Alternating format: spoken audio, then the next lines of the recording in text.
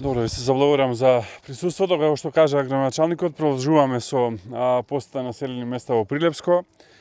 Еве и овој викенд, како и минатиот, ќе бидеме и следниот викенд.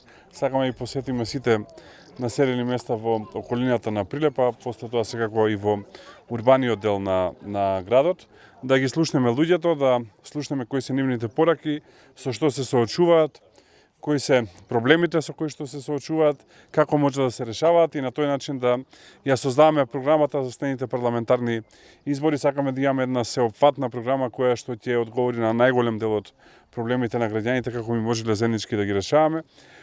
Секако тука се три главни проблеми. Прво е лошиот економски стандард, второто е слабата реализација на проекти од страна на владата, практично и да нема ништо конкретно реализирано за било кое населено место, и третото е високото ниво на криминал и корупција. Ова се пораки кои што ги слушаме секаде каде што одиме и со сите со кои што се среќаваме, и апсолутно треба да се менуваат овие работи. Јас се застанам тука, ако има прашања, појлете. Проблеми многу, меѓутоа она што најмногу ги вознемирува граѓаните од цела Македонија, не само еве каде што одите вие, е изградбата на автопатите. Сега имаме еден скандалозен обид и тие работи да поминат измените на законот со европско знаменце.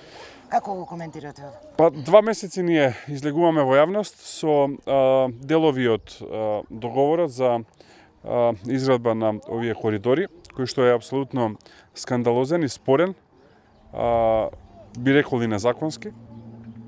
До сега власта не собра храброст да го објави договорот во јавност, одат под некаков си превес на доверливост, иако е невозможно за комерцијален договор да има клаузула на доверливост.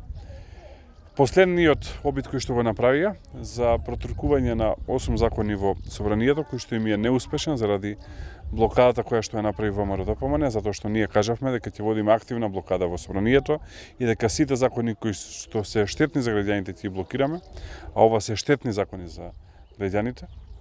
Тие 8 закони покажуваат дека нити имале концепт кога легле да преговараат, нити знаеле што прават, нити имале визија каде да одат напред. Уште повеќе се нарушени голем број добри практики. Например, до денес никој не одговори зошто се отиде со специјален закон во собрание, а не се отиде на класичен тендер, на кој што можеби и други светски компании ќе се пријавеа и ќе можеа по подобри услови да се градат овие патишта. И на крајот, го потврдија сето она што ние го кажувавме, а тоа е дека Македонија ќе плаќа високи пенали само за неисполнување на условот за 60 часовна работна недела. Тоа е на робски систем. Македонија треба плати 53 милиони евра, а и самите признаваат дека вкупната сума на пенали ќе надмине 150 милиони евра. Македонија е единствена држава каде што ништо не е отпочнато да се работи.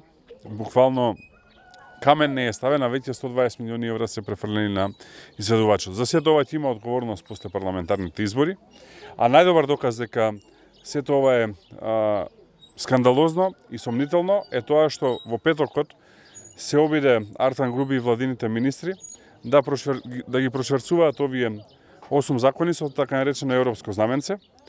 Морам да ја поздравам реакцијата на Европската комисија, која што веднаш после неколку часа, веројатно кога разбрале, реагираше на овој обид за да се прошверцаат законите во собранието без соодветна дебата и без да биде запозната јавноста, и кажа дека ова не се европски вредности и дека на овој начин се прекршува договорот за стабилизација и асоциација кој што Македонија го има подпишано со Европската унија уште далечната 2000 година.